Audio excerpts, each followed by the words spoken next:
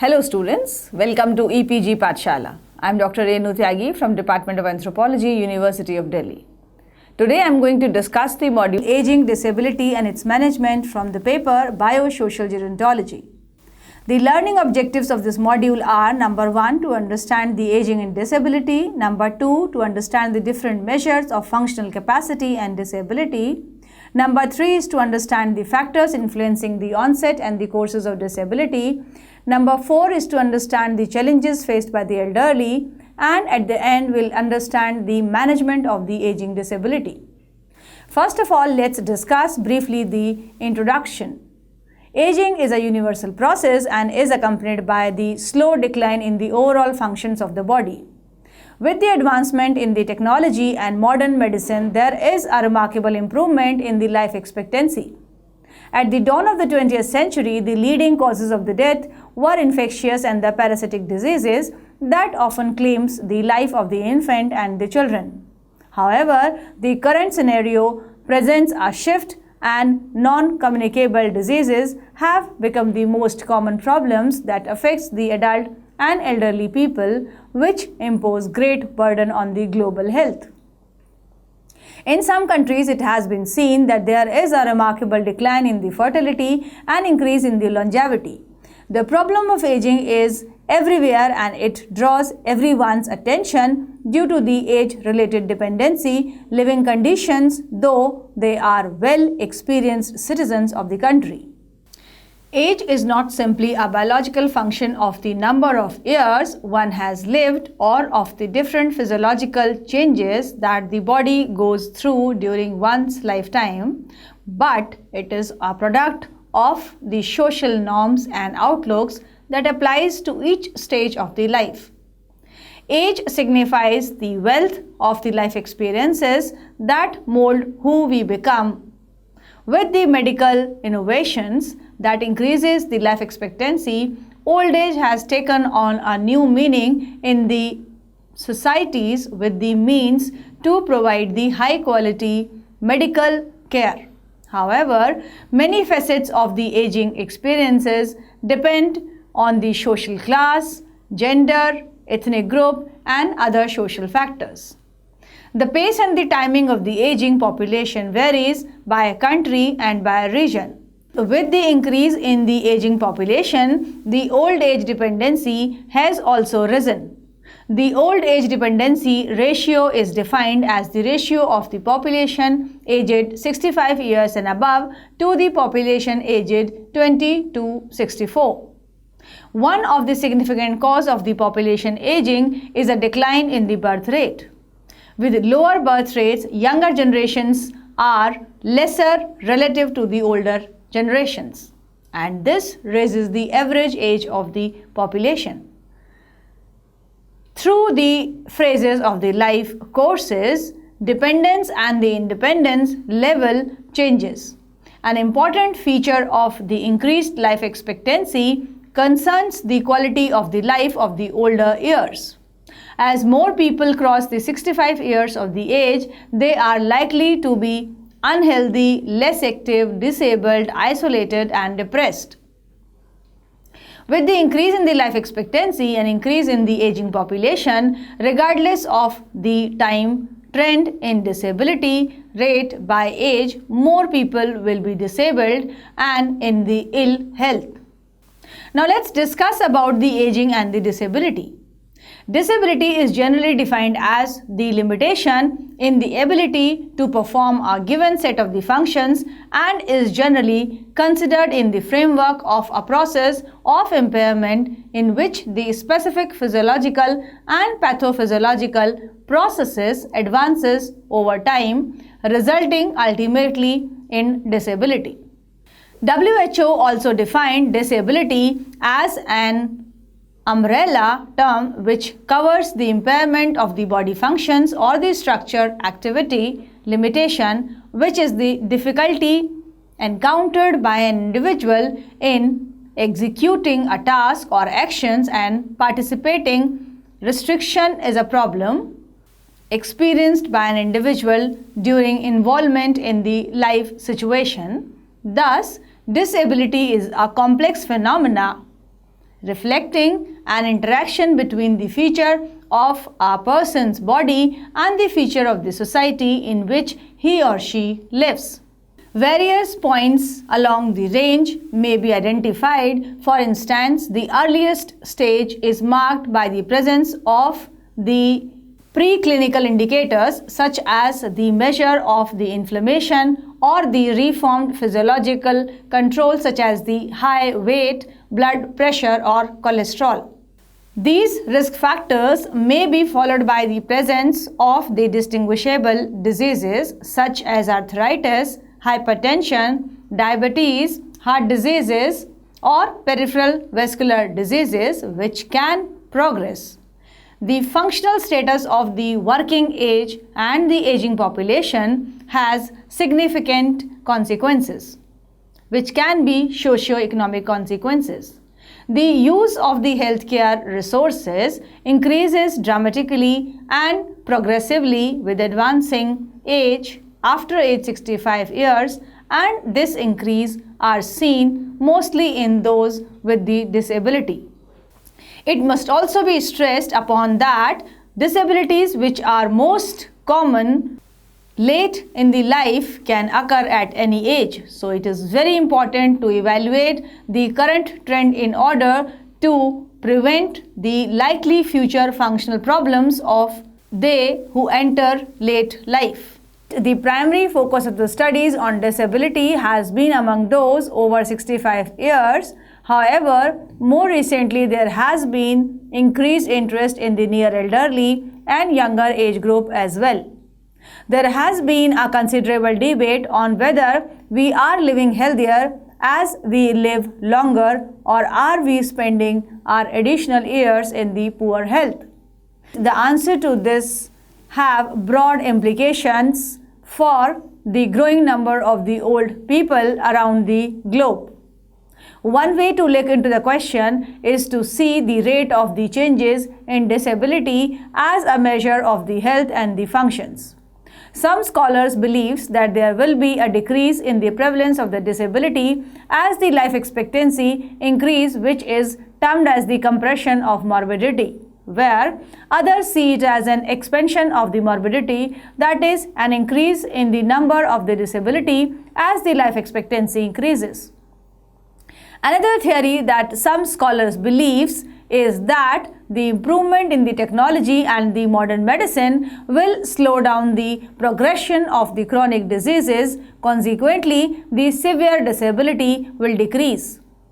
Secular changes in the lifestyle like the smoking cessation, more physical exercises, public health care advances, etc., and advances in the detection and treatment of the disease and the physiological risk factors such as the hypercholesteremia that has led to the increase in the expectancy would also naturally delay the onset of the functional impairment. However, many anticipated that increase in the life expectancy would be burden to stasis or decline in the late life disability, leading to the compression of morbidity. This concept was popularized by the Fries in 1980. The result would be a total increase in the vigorous life expectancy and a gradually shorter portion of the life span spent disabled. On the other hand, some have debated that technological advancement in the treatment of the diseases might in turn may alter one's fatal illnesses to the chronic illnesses, increasing the duration of the disability as life expectancy increases. Now let's see what are the common measures of the functional capacity and disability. The principal measures employed in the long-term, large-scale national studies include activities of daily living, that is ADL. These tasks are required to take care of oneself such as bathing, toileting, eating and dressing, etc., and are usually measured as difficulty in performing the said activities or receiving help in performing these activities. There are measures of severe disability and require the need for the personal care services and residency in a nursing facility for long-term care. There are instrumental activities of daily living, that is IADL. These tasks are associated with the capacity to live self-reliant, such as the cooking, shopping, managing finances, and using the communication devices, and are the measure of moderately to severe disability, and they require or the need for the support such as the homemaker and home health assistance. The physical limitations in the activities are also noticed. This type of disability include the inability to climb the stairs, walk, stand, or sit for a prolonged period, raise a heavy object over one's head, climb the stairs, stoop, bend, or kneel, grasp small objects or move large objects, etc. These limitations may reflect underlying diseases and may predict the inability to participate in certain occupations. There are the disability related with the cognitive functions. Cognitive functions include the processes such as the perception, memory, verbal skills, reasoning, and judgment. Many aspects of the behavior and cognitive functions changes with the age, including speed of processing, changes in the various vocabulary subsets, decision making, and most surveys evaluating the functional impairment have focused on the mental status, including the orientation to time and place, working memory, attention, language, calculations, and familiarity with the current affairs. For most cognitive measures that decline with the age, study shows the decline to be very difficult until at least age 70 years, and in most cases after the age of 75 years.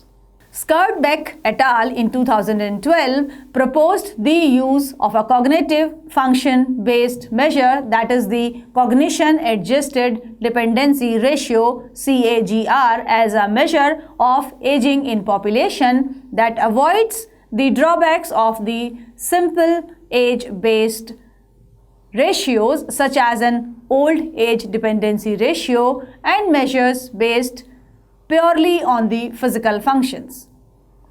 According to the Canadian research, 5 types of the chronic illness contribute largely to the disability in the aged population over the age of 65 years and above, such as the foot problem, arthritis, cognitive impairment, heart problems, and vision. Other common and the important problems are the hearing impairment, chronic respiratory and cardiovascular diseases such as the chronic obstructive pulmonary diseases, that is COPD, chronic heart failure, coronary heart diseases, and cerebrovascular diseases, falls, and hip fractures. In frail elderly people, a marked decline in the physical and the mental functions can result from the apparently small injury. This has been called the doming effect, with a small initial injury leading to the cascade of the adverse events. Now let's see the factors that influence the onset and the course of the disability. Disability is best seen as the function of the interaction of people's physical capacity with demands presented by their life situation and a number of lifestyle, social, and environmental factors that influence their ability to perform a task. Technology also has an important impact on the disability in many ways. This goes beyond the obvious benefits of the assistive devices such as hearing aids, glasses, hip replacements, and includes the aspects of everyday life. Education and income also influence the disability. Socioeconomic status, that is SES, has long been recognized as a major predictor of the mortality. Health status and disability in most analysis. Education has been used as a proxy for the socioeconomic status, which include income and the social status.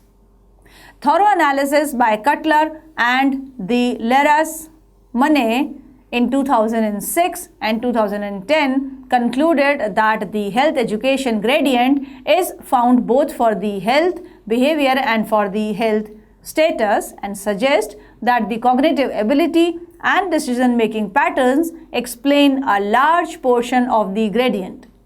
The effect of the education on delaying the onset of the disability is robust, dose-dependent, and present across the lifespan, according to the Taylor.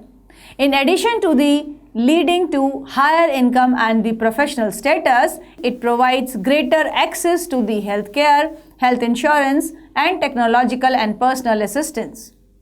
There are a number of the other pathways by which the education might influence the onset of the course of disability, including the enhancement of the psychosocial resources, lifestyle differences like smoking and the exercise, presence of the fewer stressor such as the marital or the legal problems, and occupational factors.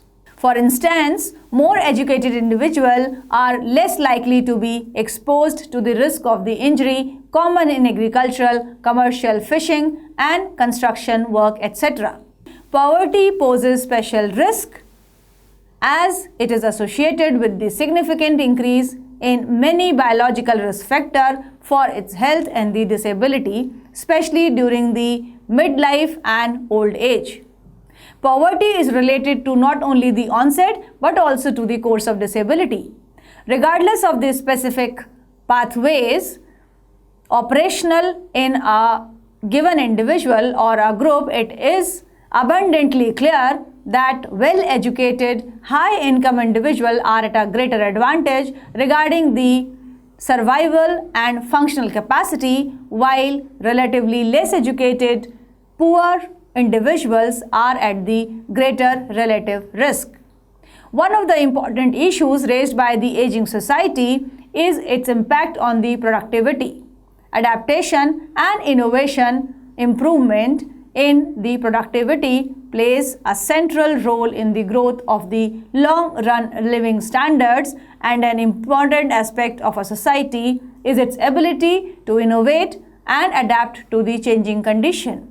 It is worth remembering that small changes in productivity growth will lead to the large improvement in the living standards over time.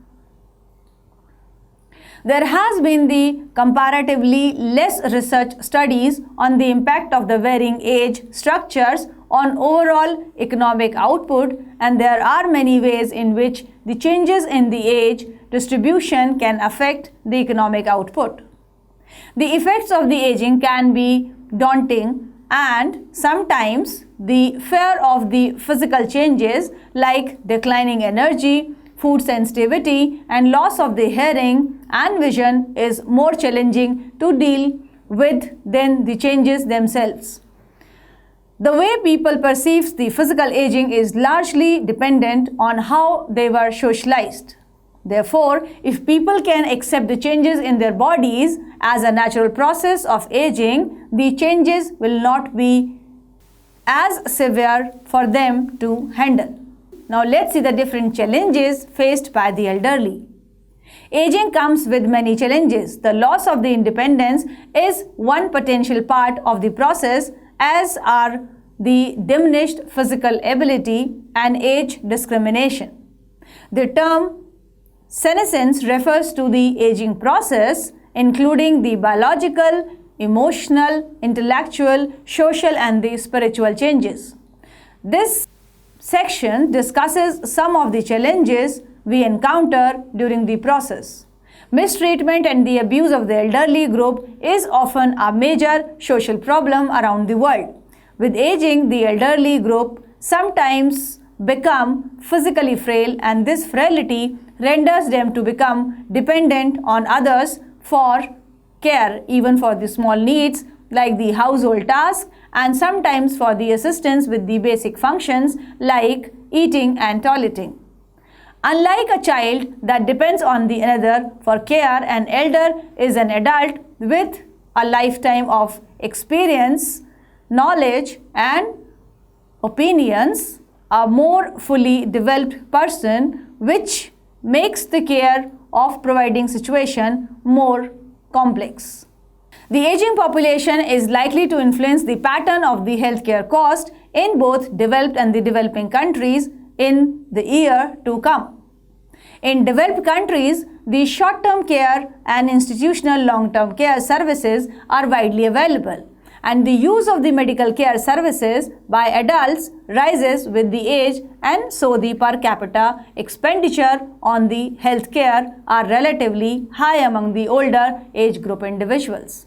The increasing number of the older people is placing an upward pressure on overall health care expenditure in the developed world, although other factors such as the income growth and the advances in the technological capacities of the medicine generally play a much larger role.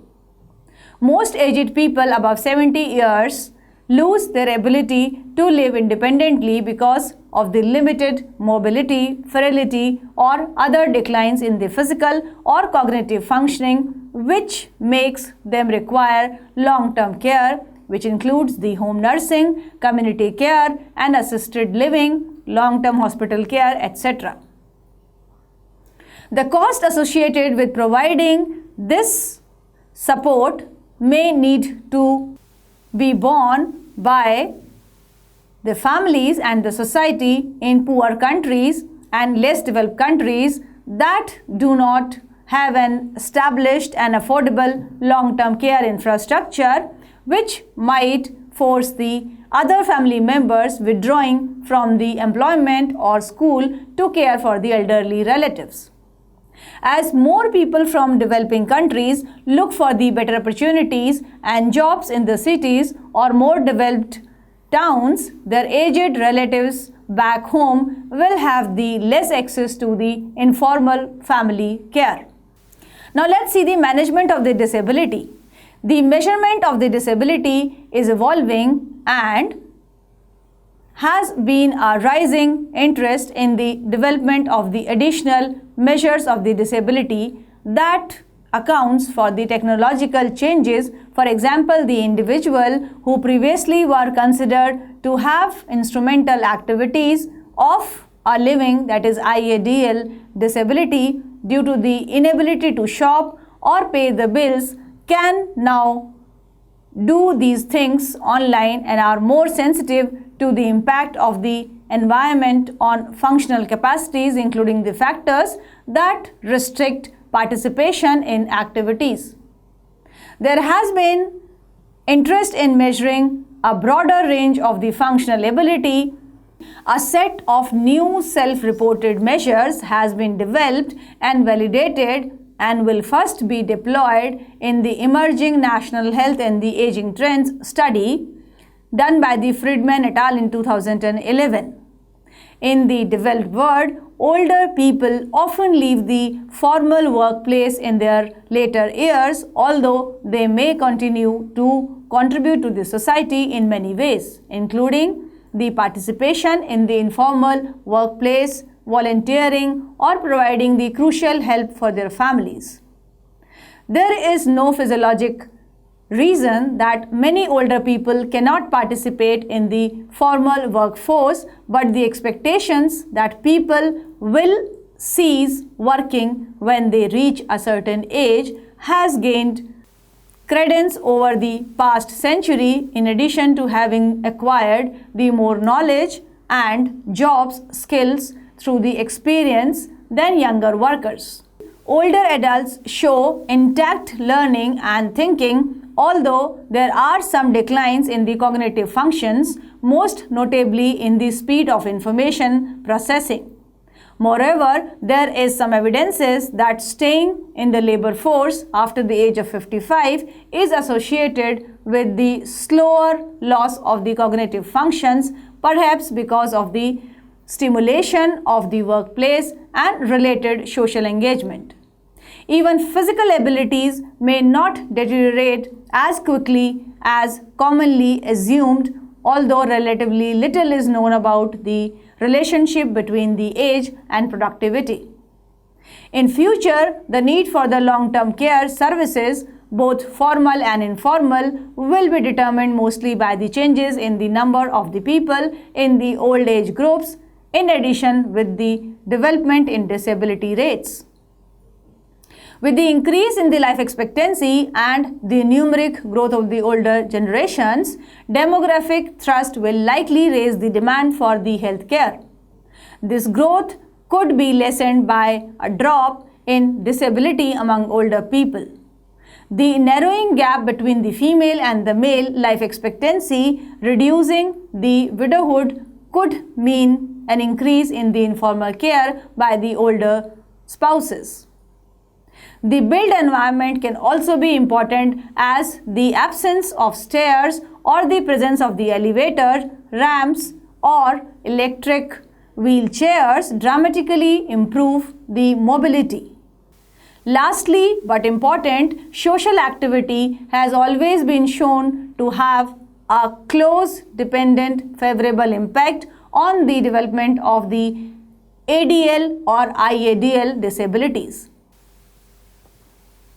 Some other important aspects of the management includes providing treatment for any treatable problem contributing to the disability.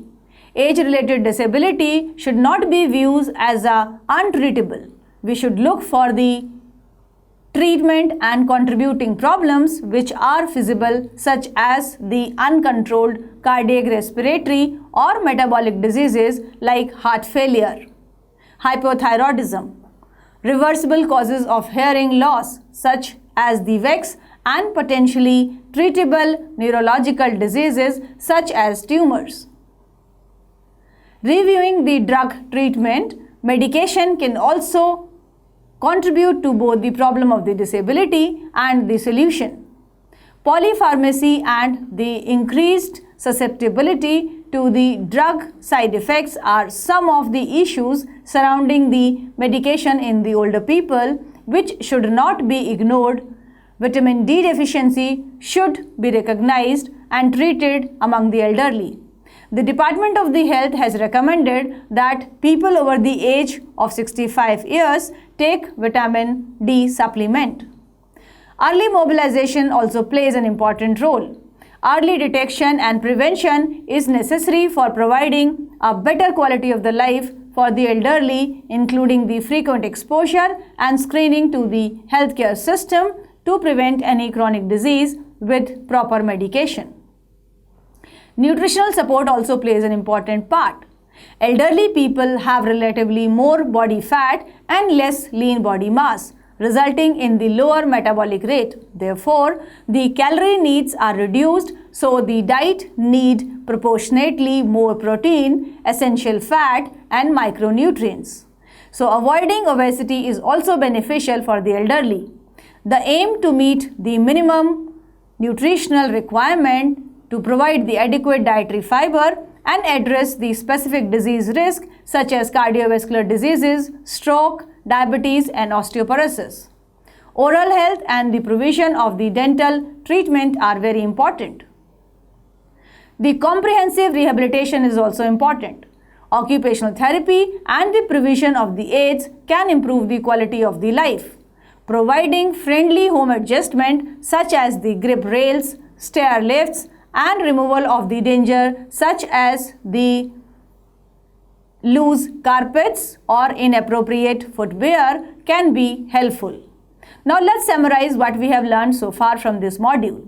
As one grows older, the body physiology also tend to deteriorate and eventually causes the health problems in the form of the mental and the physical inability to perform accordingly to one's expectations. It is a continuous process from birth to death, which encompasses vast domains like the physical, social, psychological and spiritual changes that are attributed to old age. The pace of aging is not uniform around the world, region and development level. With the advent of the modernization and urbanization, people have moved into cities and towns looking for the better job opportunities, leaving their aging parents behind. With the increase in the life expectancy, which means more years in the old age, there is a need to focus on the intervention and programs for the healthy aging. Aging population is leading to a significant increase in the age-related pathological conditions, including the dependence and the disability. Disability, which is commonly considered as an irreversible condition of the advanced age, so preventive action need to be taken before the disability cascade is fully established. To prevent the disability, older patients need to be identified and specifically evaluated starting from the general population through a close association between the general practitioners and the temporary geriatric setups. Well-planned housing accommodation and healthcare facilities should also be made available at affordable cost for reducing the stressors one has to undergo during the aging. With the increase in the life expectancy and the numeric growth of the elderly population, demographic thrust will likely raise the demand for the healthcare. This growth could be lessened by decreasing the chances of the disability among the elderly people. This can be achieved by providing the proper care according to the specific needs among the elderly patients, by providing the healthy dietary patterns, better hygiene and sanitation and friendly environment, etc. Thank you.